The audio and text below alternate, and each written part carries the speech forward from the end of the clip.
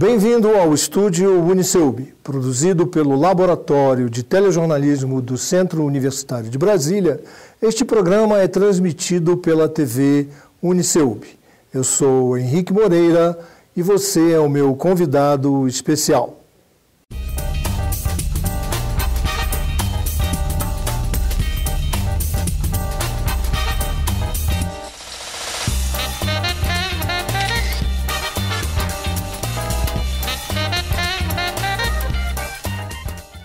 Para alguns pesquisadores, o envelhecimento da população mundial já se constitui num desafio maior do que as questões relacionadas ao meio ambiente e à sustentabilidade. Até 2025, o Brasil será o 6º país do mundo com o maior número de pessoas acima de 60 anos. As mudanças provocadas por essa alteração no perfil demográfico da nossa população vão exigir investimentos e um esforço da sociedade na busca de soluções que atendam às necessidades dessa parcela cada vez maior da população. Mas as preocupações não se limitam a atender às necessidades básicas dos mais idosos, como saúde, previdência social e mobilidade. Envolvem ainda fatores relacionados ao mercado de trabalho, ao consumo, ao lazer e até mesmo à vida afetiva dessas pessoas. Para entendermos um pouco melhor essa realidade que se aproxima rapidamente, convidamos a pedagoga e empresária Zilta Marinho. Zilta é professora e desenvolve projetos na área de recursos humanos para o setor educacional. Atualmente, ela é aluna do 3º semestre do curso de jornalismo do Uniceub. Zilta, obrigado por aceitar o nosso convite. Obrigado pelo convite. Por que retornar à universidade como aluna? Olha só, jornalismo era um curso que eu sempre quis fazer, mas assim, a vida não permitia muito por causa dos compromissos e tal. Quem é professor sabe que a gente trabalha de manhã, de tarde, de noite, tem muito dever de casa, né? Muita coisa para fazer e tal.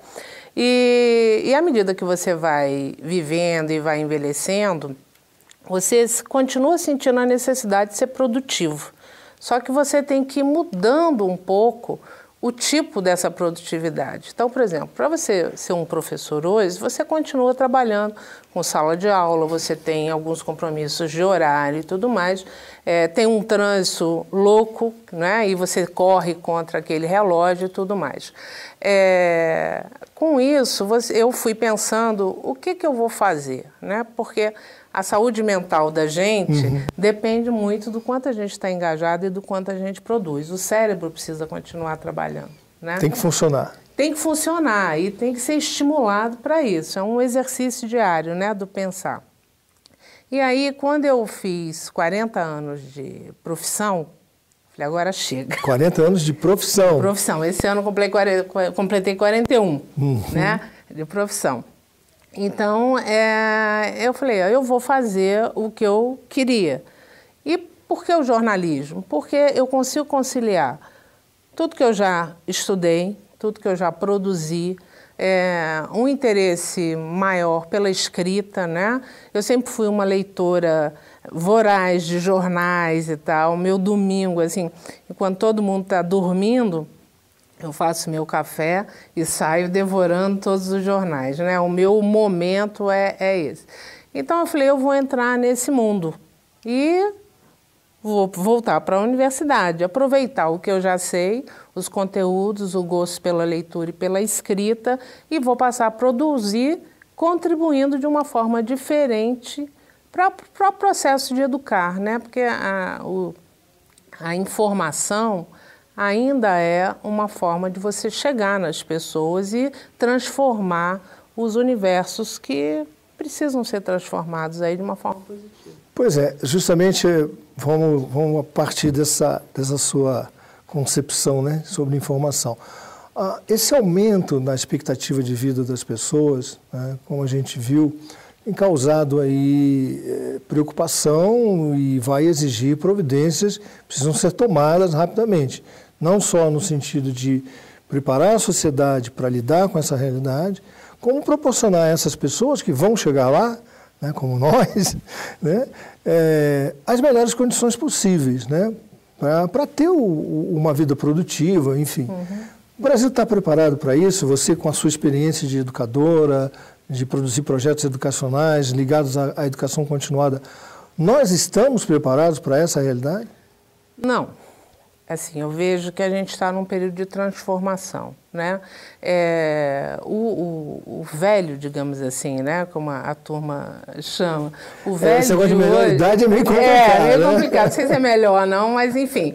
É uma idade interessante. Eu acho que cada faixa tem lá as suas características e as suas peculiaridades.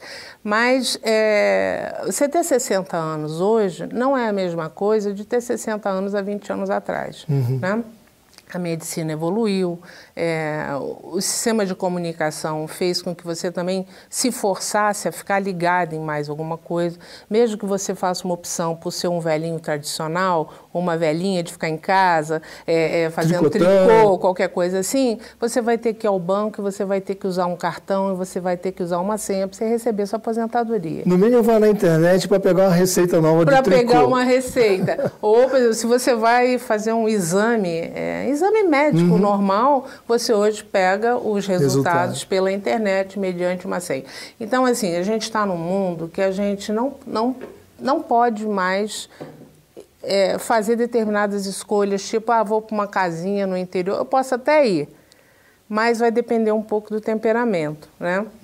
Eu, por exemplo, sou muito urbana e adoro uma novidade, eu gosto das coisas novas, né? Uns dizem que é porque eu sou aquariana, né? E o aquário está ligado aí no amanhã, mas enfim. Então, o que a gente vê hoje no mercado de trabalho? Ainda há um preconceito contra, vamos dizer assim, os cabelos brancos, né? Tem um autor da administração, que agora me foge o nome, mas que ele fala nos grisalhos revolucionários, né? O que é esse grisalho revolucionário? É aquela pessoa que ainda tem pique, que ainda quer colaborar e que tem uma história, uma experiência que pode agregar. E quando você vê algumas características dessa nova geração, você vê que isso é possível. Porque a dificuldade que eles têm é de lidar, vamos dizer assim, com a autoridade e a hierarquia. Mas eles não se opõem a conviver, né? E a trocar experiência desde que haja, vamos dizer assim, uma igualdade de possibilidades para isso. E eu vejo isso na sala de aula, né? Onde eu, que sempre estive do outro lado, agora sento nas carteiras junto com os meus colegas, que em média têm a idade do meu neto mais velho, e a gente discute de igual. E trata de igual. E eles me chamam pelo nome e não tem nenhuma diferença. Teve assim, no primeiro dia de aula, quando eu entrei na sala, eles achavam que eu era professora. Quando eu sentei na carteira, eles ficaram olhando assim, tipo, qual é, né? Mas depois eu fui me enturmando. Então, o mercado de trabalho, ele oferece vagas para pessoas mais velhas, dependendo do cargo. Né? Eles preferem pessoas mais velhas, mas não tão mais velhas. Né? Quem tem mais dificuldade para se manter ativo, o homem ou a mulher? Olha, não sei, eu acho que está mais ligado à personalidade e ao temperamento do que propriamente a questão de gênero. Né? A mulher, em alguns lugares, que assume seus cabelos brancos, independente da idade, às vezes ela é mais discriminada por isso. Outros já enxergam que o fato de assumir os seus cabelos brancos, a sua idade, enfim, o seu momento, significa talvez uma pessoa mais forte, mais resistente, mais disposta a encarar, né, o que vem. Então, depende um pouco, eu acho, que das características da função que se busca, das características da empresa e depende um pouco também, eu acho, do local, da cidade, tá? Porque algumas cidades são mais tradicionais, outras cidades têm mais idosos, né? E aí é mais comum essa aceitação. Outras cidades têm mais jovens. Então, tem uma visibilidade maior, né? No que está acontecendo. Agora, assim, o idoso, você tem vários programas, né? Tem empresas que têm programas específicos do tipo supermercados, que às vezes usam para recepção, às vezes estão usando muito agora para telemarketing, porque são pessoas que têm mais paciência, são de outra geração, ouvem com mais facilidade. né? E alguns cargos de gerência, de diretoria, né? Quanto mais tecnologia, mais jovem. Quanto mais criatividade, mais alternativo, vamos dizer assim, a pessoa. Então, varia um pouco aí. Mas não é muito simples o mercado de trabalho para quem já tem mais de 55, vamos dizer assim, até 50 ainda vai. E para a mulher é um pouco mais difícil. Meu caro. Estúdio MCUB entrevista hoje Zilta Marim, pedagoga, especialista em projetos educacionais e aluna do curso de jornalismo. Zilta, com relação à educação continuada, o que as pessoas precisam fazer para continuarem inseridas no mercado de trabalho, para continuarem sendo percebidas como produtivas e encontrarem um espaço no mercado de trabalho? De que maneira a educação continuada contribui para essa permanência, para essa inserção? Se você pretende realmente continuar trabalhando, você tem que continuar correndo atrás daquilo que é novo, daquilo que se tornou uma especialidade ou daquilo que surgiu e na sua época não existia, digamos assim. A minha geração é uma geração que viu a televisão chegar no Brasil e que hoje obrigatoriamente trabalha com computadores. Né? A gente ainda fazia curso de datilografia. Datilografia, era o primeiro diploma que a gente primeiro, você chegava ali, ia chegando perto do ensino médio, você já fazia o seu curso de datilografia, porque era o que você ia precisar para o resto da sua vida. Hoje você não faz mais curso de digitação, digamos assim, até já existiu isso. Mas foi uma geração que viu muitas transformações, principalmente voltadas para o movimento e para a imagem. Então, você hoje tem celular, que na nossa época mais jovem não existia, isso é uma coisa mais recente. A gente tinha um telefone que tinha que esperar dar linha para você poder falar. Você não fazia interrobando se não tivesse uma telefonista no meio. E hoje você tem um celular que funciona em qualquer lugar, né? Fotografa, filma e tal. Então, a pessoa, para se manter ligada, ela precisa primeiro, quais são as ferramentas disponíveis hoje para o trabalho? O quanto eu domino dessas ferramentas, o quanto eu preciso aprender. Se você não souber lidar com a internet, você está fora do mercado de trabalho hoje. Né? Se você não tiver habilidade com o Word, por exemplo, com uma planilha Excel, que seja... Passar um WhatsApp. Passar um WhatsApp ou criar um grupo de WhatsApp que para a gente... Para alguns vão achar graça, mas para outros é uma situação muito complexa, né? Porque que botão que eu aperto e a gente pode fazer igual o vice-presidente, né? Que você não sabia para quem passar. Para quem passar e passou para o grupo errado. O próprio teclado é um teclado pequeno, né? A gente já não tem também tanta mobilidade. E visual também. E visual também já dificulta. Agora, independente disso, é importante também, de acordo com as suas áreas de interesse, ir buscar formação específica. Então, você pode se aprofundar por meio de leituras, de palestras, de ciclos, de grupos de discussão e tudo mais, que você tem inclusive pela internet, mas às vezes você precisa de uma educação formal. Então, por exemplo, eu optei por uma educação formal, apesar de, no jornalismo, você não ter mais essa exigência do diploma e tal, os grandes veículos ainda priorizam quem realmente se preparou para isso. Só contratam quem tem o diploma. E o que me interessava também era entender qual é a técnica, qual é a dinâmica disso, essa nova linguagem, como que você produz um texto. E um aspecto da cultura profissional também, né? Exatamente. Que é o que a gente aprende na faculdade, né? Para você, assim, eu queria mergulhar nesse universo, eu ainda estou, assim... na parte rasa, né? Ainda não fui lá mar adentro, mas... Semestre que vem você começa a trabalhar mais. Eu começo a mergulhar, né? Tem algumas coisas que me interessam muito, principalmente nessa linha do universo da imagem, que eu acho que é o futuro do processo de comunicação. Sem querer entregar a sua idade, mas já entregando... Como foi para você chegar aos 60 anos? O que foi bom? Uma vez você fez essa pergunta para mim, o que foi bom, o que foi ruim nesse percurso? Olha, eu acho que tudo foi bom, porque a gente é uma construção permanente, né? Se hoje eu estou aqui fazendo e fiz essa escolha, é porque alguma coisa lá atrás veio e me acrescentou.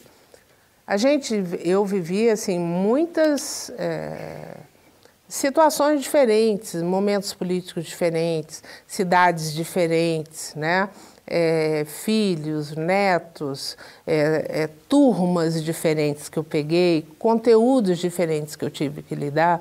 Então, tudo isso vai construindo a Zilta. Vai dando uma visão mais ampla. Uma visão mais ampla, né? E aí, todos os desafios que surgiram e que eu e todo mundo que passou por alguma situação aí complicada vai superando, vai te construindo, né? E você, outro dia a gente estava conversando um pouco sobre isso com um grupo de amigos, assim, você se enxerga sempre como tempo presente. Uhum. Você só se enxerga passado ou futuro dependendo do grupo em que você está inserido, né? Então, por exemplo, para os mais jovens, eu represento o passado, porque eu tenho outras histórias, né? Mas eu posso, apesar da idade, chegar num grupo em que eu possa representar o futuro. Uhum. Por quê? Porque eu estou levando informação nova, porque eu estou levando uma outra dinâmica, ou porque eu tenho uma visão do amanhã, algumas coisas que você ainda quer fazer, né? Eu, por exemplo, ainda quero fazer um monte de coisa, né? Quem sabe eu não viro uma jornalista do mundo, né? Vou viajando e mandando notícia para todo mundo. Eu vou te falar, isso é o sonho de consumo de qualquer jornalista. De todo jornalista, né? Também é o meu, assim, vamos lá. Mas a gente vai batalhando, né? Tá bom. Agora eu vou te fazer uma pergunta que sempre me despertou o interesse em relação a você. Não só você, a gente também tem outros alunos, né? Já tive outros alunos também na mesma faixa etária. Agora, por que você escolheu o UniCeub? Olha, eu estudei aqui. A minha graduação foi aqui em Pedagogia, em 1900 antigamente, né? Eu fiz assim. Depois, eu fui professora aqui também, né? Até 98. Então, assim, para mim era um universo conhecido. Tinha uma possibilidade também que existia uma turma de manhã, que era mais fácil para eu conciliar, porque eu trabalhava à tarde e à noite, né? Então, assim, um conjunto de coisas. Uma coisa que eu queria era o presencial. Eu não queria nada online. Porque eu acho que é uma dinâmica diferente, né? E já que eu queria me inteirar no mundo jovem, nada melhor do que conviver com jovens. Você aprende com eles? Aprendo muito. Porque, assim, dá um exemplo de algo assim que você... Olha só, a linguagem é diferente, as brincadeiras são diferentes, as coisas que eles dão valor são diferentes, né? Então, a partir do momento que você passa a conviver, você passa a entender e passa até a absorver algumas coisas, né? Eu passei por umas situações engraçadas, né?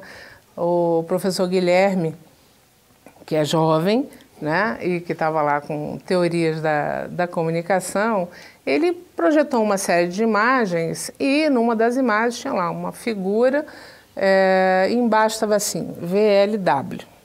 Aí o VLW associado àquela figura ficava uma coisa engraçada. E a turma inteira riu. E eu fiquei olhando e falei, meu Deus, o que é VLW? Do que eles estão rindo? Que língua é essa? Porque eu olhei e falei, isso não é inglês, né? Não é português. Aí quando eu cheguei em casa, eu perguntei para o meu neto, falei, aconteceu isso, que é... Ele, pô, vó, que mico, né? Valeu. Valeu. Né? E aí, enfim, então, isso faz parte do aprendizado também. Quando a gente faz trabalho de grupo, é interessante ouvir, porque às vezes você tem uma visão de um determinado conteúdo, que é em função das referências que você tem, do que já estudou, e eles têm uma visão completamente diferente. Então, essa troca faz com que você até modernize o seu discurso e traga aquilo que você aprendeu para uma outra roupagem, para um outro discurso, com outro conjunto de palavras, até outra forma de contar determinadas histórias, né?